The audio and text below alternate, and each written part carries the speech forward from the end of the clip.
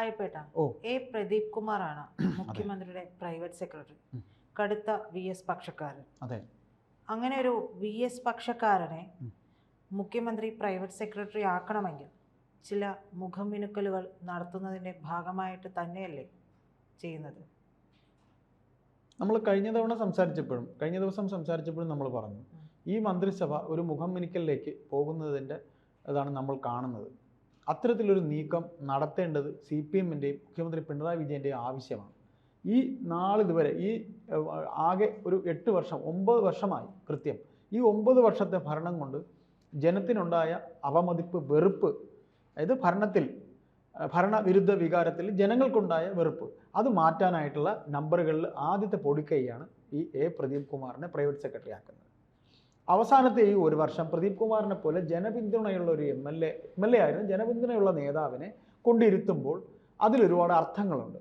അതായത് പാർട്ടിയുടെ പല കേന്ദ്രങ്ങളിലും ഇത് അറിഞ്ഞിട്ടില്ല. കണ്ണൂർ നമ്മൾ കരുതിയത് ഈ 10 മാസമല്ലേ, ഈ 10 മാസം എന്ന് പറയുന്നത് നിർണായകമാണ്. ഈ 10 മാസത്തിനിടയ്ക്ക് പ്രൈവറ്റ് സെക്രട്ടറി ആയിട്ട് ഒരു VS പക്ഷക്കാരനെ കൊണ്ടിരുത്തി കഴിഞ്ഞിട്ടുണ്ടെങ്കിൽ എല്ലാം ശരിയാകുമെന്ന്. അല്ല, അങ്ങനെ ശരിയാകും എന്നുള്ളതല്ല. 10 മാസമല്ല, ഒരു ദിവസമായിരുന്നാലും ചെയ്യുന്ന ഒരു പ്രവൃത്തി നല്ലതാണെന്നുണ്ടെങ്കിൽ അതിൻ്റെ പബ്ലിസിറ്റി നേടി അതിന്മേൽ ഒരു വോട്ടെങ്കിലും നേടാൻ കഴിവുള്ള, അങ്ങനെ നീങ്ങാൻ ഒരു പ്രാപ്തിയുള്ളൊരു പാർട്ടിയാണ് CPM. 10 മാസമല്ല, 10 ദിവസം കിട്ടിയാൽ അവർ പറയും അവരിതൊക്കെ അവരിപ്പോൾ പറയുന്നത് മാധ്യമങ്ങൾ ഞങ്ങൾ ചെയ്തതൊന്നും പുറത്തു പറയുന്നില്ലെന്നാണ്. അത് നിങ്ങൾക്കറിയും. നമ്മൾ പ്രദീപ് കുമാറിലേക്ക് നമുക്ക് വരാം. പ്രദീപ് കുമാർ എന്ന നേതാവ് VS പക്ഷക്കാരനായിരുന്ന ആളാണെന്ന് പറയുമ്പോൾ VS എന്ന് പറയുന്ന നേരും നെറിയുമുള്ള നേതാവിനൊപ്പം നിന്നതിൻ്റെ നേരും നെറിവും എ പ്രദീപ് കുമാറിനുണ്ട് എന്നാണെന്നല്ല, അദ്ദേഹം അങ്ങനെയാണ്. അങ്ങനെ ഒരാൾക്ക് മുഖ്യമന്ത്രി പിണറായി വിജയനെ പോലെ ഒരാളുടെ പ്രൈവറ്റ് സെക്രട്ടറി ആയിരിക്കുമ്പോൾ യാതൊരു പ്രശ്നങ്ങളും ഉണ്ടാകില്ല എന്നാണ് കരുതുന്നത്. അല്ല, അത് ഈ പറയുന്ന രീതിയിൽ പ്രദീപ് കുമാർ എന്ന നേതാവിനെ കൊണ്ടുവന്നത് പിന്നെ ബഹുമാനപ്പെട്ട മുഖ്യമന്ത്രി പിണറായി വിജയൻ അറിയാതെയൊന്നുമല്ല. അദ്ദേഹത്തിന് നമ്മൾ സംസാരിച്ചു പറഞ്ഞിട്ടുണ്ട്, ദീർഘവീക്ഷണമുള്ള ഒരു നേതാവാണ് പ്രദീപ് കുമാർ. 10 മാസത്തേക്ക് വരുമ്പോൾ എന്തൊക്കെ കാര്യങ്ങൾ ഇവിടെ ഉണ്ടാകണം. KK രാഗേഷ് എന്ന അദ്ദേഹത്തിൻ്റെ ഒന്ന് ആലോചിച്ച് നോക്കുക. നിങ്ങൾ ഒരു കാര്യം ചിന്തിക്കണം, ഇദ്ദേഹം സംസ്ഥാന സമിതി അംഗമാണ്. എ പ്രദീപ് കുമാർ. KK രാഗേഷും പ്രദീപ് കുമാറും തമ്മിൽ അജഗജ വ്യത്യാസമുണ്ട്. KK രാഗേഷ് എന്ന് പറഞ്ഞാൽ കണ്ണൂരിൻ്റെ വിസ്തൃതി പോലും അറിയാത്ത നേതാവാണെന്ന് കണ്ണൂരുകാർ പറയുമ്പോൾ പ്രദീപ് കുമാറിന് കേരളത്തിൻ്റെ വിസ്തൃതി ആകെ അറിയാം. എന്താണ് കേരളം എന്നറിയാം, എന്താണ് കമ്മ്യൂണിസ്റ്റ് പാർട്ടി എന്നറിയാം. KK രാഗേഷിനെ പോലെ കഴിഞ്ഞ ദിവസം കോൺഗ്രസ്സുകാർ പിന്നെ ധീരജനെ കുത്തിയ കത്തി കടലിൽ എറിഞ്ഞിട്ടില്ലെന്ന് പറയുമ്പോൾ ഇനി വാടാ നിനക്ക് ഞങ്ങൾ പുഷ്പചക്രം ഇട്ടിരാന്ന് പറഞ്ഞല്ലേ. അങ്ങനെയാണ് KK രാഗേഷ് മറുപടി പറഞ്ഞത്. പ്രദീപ് കുമാർ അങ്ങനെയല്ല. പ്രദീപ് കുമാർ മിതവാദിയാണ്. പ്രദീപ് കുമാർ അങ്ങനെ സംസാരിക്കില്ല. അവിടെയാണ് പ്രജിത CPM എന്ന് പറയുന്ന പാർട്ടിക്ക് കുറച്ചെങ്കിലും ഒരു മതിപ്പ് മറ്റു പാർട്ടികളിൽ നിന്നുള്ള വ്യത്യാസം വരുന്നത്.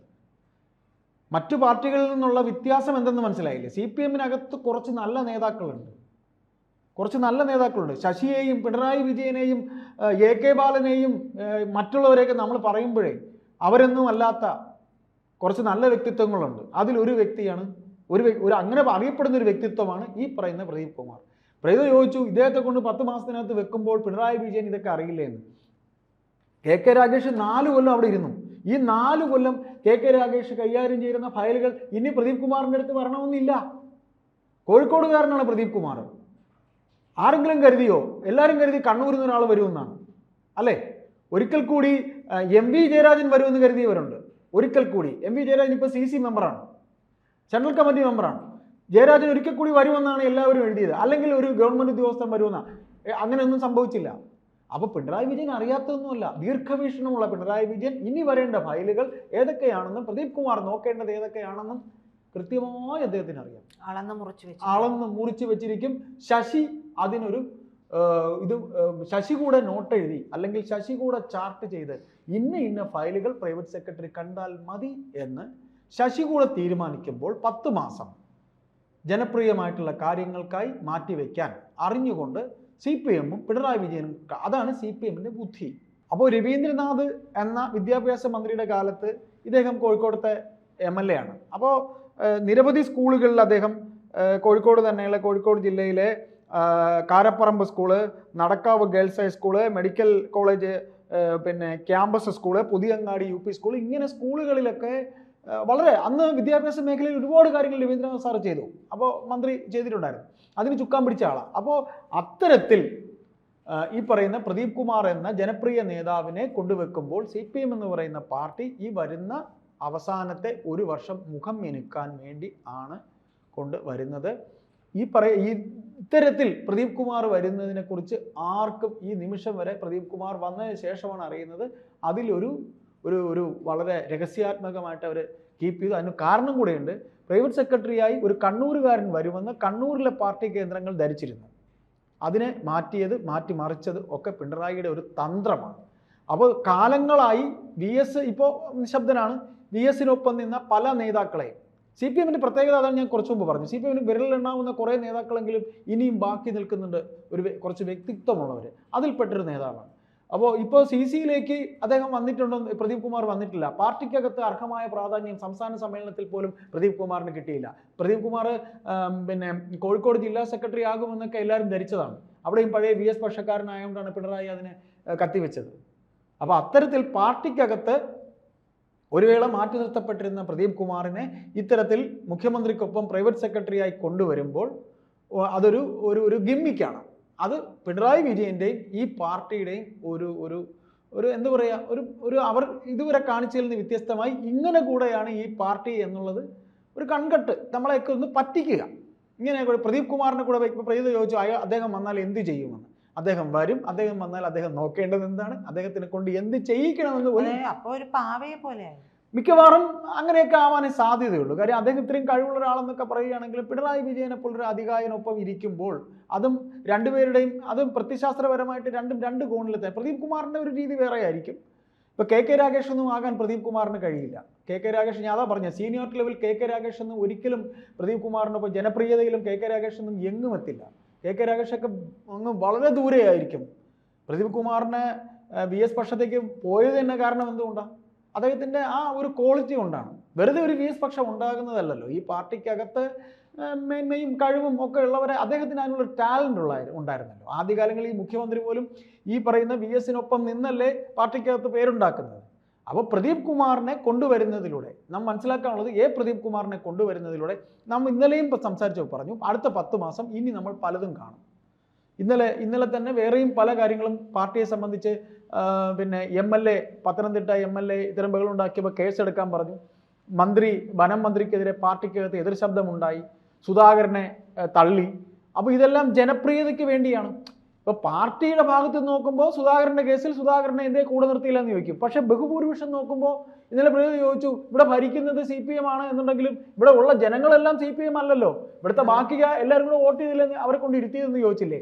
അതുപോലെ ബാക്കിയുള്ളവരെ, പാർട്ടിക്കാരെ നിങ്ങൾ ഒരു കൊല്ലത്തേക്ക് ഒന്ന് വായടയ്ക്കൂ, ബാക്കിയുള്ളവരെ ഞങ്ങളൊന്ന് സോപ്പിട്ടോട്ടെ, നമുക്ക് ഭരണത്തിലേറണ്ടേ, അടുത്ത വീണ്ടും സുഖിക്കണ്ടേ, പാർലമെന്ററി തലത്തിൽ നമുക്ക് ഇനിയും വിരാജിച്ചിരിക്കണ്ടേ, ഒന്ന് സഹിക്കുക കണ്ണൂരിലെ സഖാക്കൾ, കോഴിക്കോട് നിന്ന് പ്രദീപിന് ഞാനൊന്ന് വെച്ചോട്ടെ, എൻ്റെ കയ്യിൽ ഇന്ന ഫയലുകളുണ്ട്, അതേ പ്രദീപ് നോക്കുകയുള്ളൂ, ഊരാളുകളിൽ തരാനുള്ളതൊക്കെ ഞാൻ തന്നേക്കാം, ബാക്കി തരാനുള്ളത്. അങ്ങനെ ഒരു കടുത്ത VS പക്ഷക്കാരനാണെങ്കിൽ ഈ പറയുന്ന ഒരു ചുമതല അദ്ദേഹം ഏറ്റെടുക്കുന്നത് എന്തിനാണ്? അദ്ദേഹം ഏറ്റെടുക്കും. കാര്യം അദ്ദേഹത്തിന് പാർട്ടിക്കകത്ത് അദ്ദേഹത്തിനോടൊപ്പം നിൽക്കുന്നവർ ഏറ്റെടുക്കണം. ഇപ്പം നാം പലപ്പോഴും പറഞ്ഞിട്ടുണ്ട്, അതായത് ഈ പാർട്ടി നശിച്ചു പോകുന്നേ എന്ന് പറഞ്ഞ് വിളിക്കുന്നതേ പാർട്ടിയെ രക്ഷിക്കാൻ വേണ്ടിയല്ല. ഇവരൊക്കെ പോയാൽ തന്നെയും ഞങ്ങൾ ഈ പിറകെ വരുന്ന ഞങ്ങൾ ഇനി ആരെയെന്നൊക്കെ പോക്കറ്റിൽ നിന്ന് ഞങ്ങളെങ്ങനെ ഞങ്ങളെ പോക്കറ്റിലേക്ക് കാര്യം തേക്കുമെന്നാണ് പിറകെ ഉള്ളവർ ചോദിക്കുന്നത്. ഈ പാർട്ടി കൊണ്ട് ജീവിക്കുന്നവർ ചോദിക്കുന്നത് അതാ.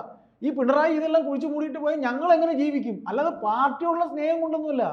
ഇപ്പൊ പ്രദീപ് കുമാർ വരുന്നു, പ്രദീപ് കുമാർ വരേണ്ടത് ഒരു വിഭാഗത്തിന്റെ ആവശ്യം കൂടെയാണ്. പ്രദീപ് കുമാർ അങ്ങനെ ഒരിക്കലും, പ്രദീപ് കുമാർ ഒരു മന്ത്രി പോലും ആയിട്ടില്ല. നിങ്ങൾക്കറിയും, പ്രദീപ് കുമാർ MLA ആയി ഇവിടെ വരുമ്പോൾ VSന്റെ മന്ത്രിസഭാ കാലത്താണ്, അല്ല പിണറായിയുടെ മന്ത്രിസഭാ കാലത്ത് പ്രദീപ് കുമാർ MLA ആണ്. എന്നിട്ട് പ്രദീപ് കുമാറിനെ കോഴിക്കോട് നിന്ന് MLA പ്രദീപ് കുമാറിനെ മന്ത്രിയാക്കിയിട്ടില്ല. അന്ന് രാമകൃഷ്ണനെ മന്ത്രിയാക്കി, ഇന്നത്തെ LDF കൺവീനർ. എന്തിനാ? പിണറായി 15 കൊല്ലം പാർട്ടി സെക്രട്ടറി ആയിരുന്നപ്പോൾ ഉദ്ദിഷ്ട കാര്യം, അതായത് ജില്ലകളിൽ അദ്ദേഹത്തിന് ഓരോരോ ആൾക്കാരുണ്ടായിരുന്നു. അതിൽ കോഴിക്കോട് പാർട്ടിയെ നിർത്തിയ ആളാണ് ഈ രാമകൃഷ്ണൻ. അതുകൊണ്ട് രാമകൃഷ്ണൻ ഉദ്ദിഷ്ട കാര്യത്തിന് ഉപകാര സ്മരണ അന്ന് പലരും ചോദിച്ചു. അന്ന് ഈ പറയുന്ന കടകംപള്ളി സുരേന്ദ്രൻ വരെ VSന്റെ കാലത്ത് മന്ത്രിയായിരുന്നിട്ടുണ്ട്. അപ്പോൾ ഈ പാർട്ടി, ഇപ്പോൾ സുരേഷ് കുറുപ്പിൻ്റെ കാര്യം നിങ്ങൾക്ക് അറിയാമല്ലോ. സുരേഷ് കുറുപ്പിന് എന്താ ഈ പാർട്ടി ചെയ്തു കൊടുത്തത്? അതാണ് CPM എന്ന് പറയുന്ന പാർട്ടി. അതുകൊണ്ട് അദ്ദേഹത്തിന് വേണ്ടി പറയാൻ ഇവിടെ ആളുണ്ട്. അപ്പം അദ്ദേഹത്തിന് ഒരിക്കലും എനിക്ക് വേണ്ട എന്ന് പറയാൻ പറ്റില്ല. പാർട്ടി ഘടന അനുസരിച്ച്, പാർട്ടിയുടെ ഇതനുസരിച്ച് പാർട്ടി നിയോഗിച്ചൊരു ഉത്തരവാദിത്തം പ്രദീപ് ഏറ്റെടുക്കണം. പ്രദീപിനൊപ്പം നിൽക്കിയവർ പറയും സഖാവ് പ്രദീപ് കുമാർ ഏറ്റെടുക്കണം. പ്രദീപ് കുമാർ ഏറ്റെടുക്കും, അല്ലാതെ വേറെ നിവൃത്തിയില്ല. പിന്നെ ഒഴുക്കിനൊപ്പം നീന്തേണ്ടി വരും. VS മുഖ്യമന്ത്രി ആയിരുന്നിട്ട് VSന് വല്ലതും ചെയ്യാൻ പറ്റിയോ? VSനെ ചെയ്യാൻ അവർ അനുവദിച്ചോ? അന്ന് പാർട്ടി സെക്രട്ടറി ആയിരുന്നല്ലോ പിണറായി വിജയൻ. ചെയ്യാൻ സമ്മതിച്ചോ? അന്ന് ഇവരുടെ ഇടയിൽ നിന്ന് കളിച്ച ആൾ ആരായിരുന്നു? ഇവിടെ പറയുന്നു, അവിടെ പറയുന്നു, അവിടെ പറയുന്നു, ഇവിടെ പറയും, സഖാക്കളെ നിങ്ങൾ അടികൂടുന്നത് പറയുകയും ചെയ്ത കോടിയേരിയല്ലേ? കോടിയേരി ഉണ്ടായിരുന്നുകൊണ്ടല്ലേ ആ യുദ്ധം ഒരുവിധമെങ്കിലും ന്യൂട്രൽ കൊണ്ടുപോയത്. അതിനേക്കാൾ വലുതല്ലല്ലോ VS എന്ന് പറയുന്ന മുഖ്യമന്ത്രിക്ക് ഇവിടെ ഒന്നും ചെയ്യാൻ പറ്റാതിരുന്നതിനേക്കാൾ വലുതാകുമോ പ്രദീപ് കുമാർ പ്രൈവറ്റ് സെക്രട്ടറി ആയാൽ ഇവിടെ ചെയ്യാൻ പോണത്? ഇതൊക്കെ ഓരോ നമ്പറല്ലേ?